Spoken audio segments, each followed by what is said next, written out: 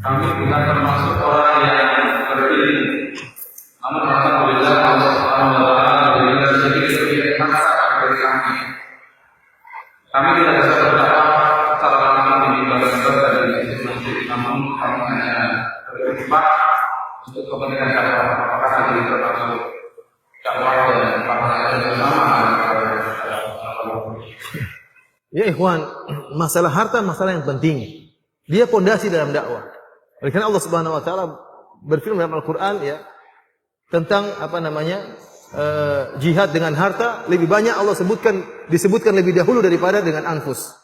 Kecuali satu ayat kalau tidak salah Allah mendahulukan berjihad dengan anfus daripada berjihad dengan harta. Kenapa? Karena berjihad dengan jiwa tidak setiap saat bisa dilakukan. Tapi dengan harta setiap saat bisa dilakukan. Oleh karena Nabi SAW mengatakan la hasada illa fitnain. Tidak ada hasad kecuali kepada dua orang. Satu orang diberi ilmu, satu orang diberi harta. Ini dua orang paling penting. Tidak boleh ada hasad kata Nabi, la hasada illa fitnain, tidak ada hasad kecuali dua orang.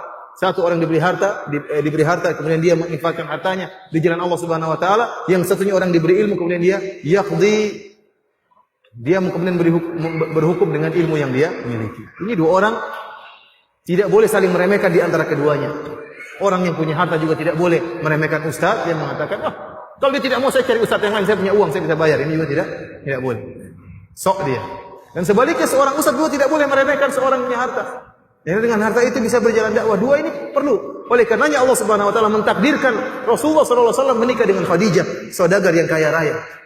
Kemudian mentakdirkan Nabi sallallahu alaihi wasallam mendakwahi Abu Bakar yang juga kaya raya. Sehingga bisa membebaskan para budak. Sehingga Khadijah bisa menggunakan uangnya untuk dakwah Nabi sallallahu alaihi wasallam. Oleh karenanya seorang yang kemudian tidak punya ilmu, kemudian dia bekerja, dia menyisihkan uangnya untuk dakwah, maka saya rasa pahalanya juga besar sebagaimana dai tersebut. Ya. Karena dialah yang memberi jalan, memudahkan para dai untuk berceramah misalnya dengan sarana misalnya komputer atau dengan laptop atau dengan televisi atau dengan macam-macam. Ya. Ini seluruhnya butuh. Ya, dai dibelikan misalnya untuk beri buku, untuk intinya dia sumbangkan uangnya untuk memudahkan sarana dakwah. Wallahu alam bishawab.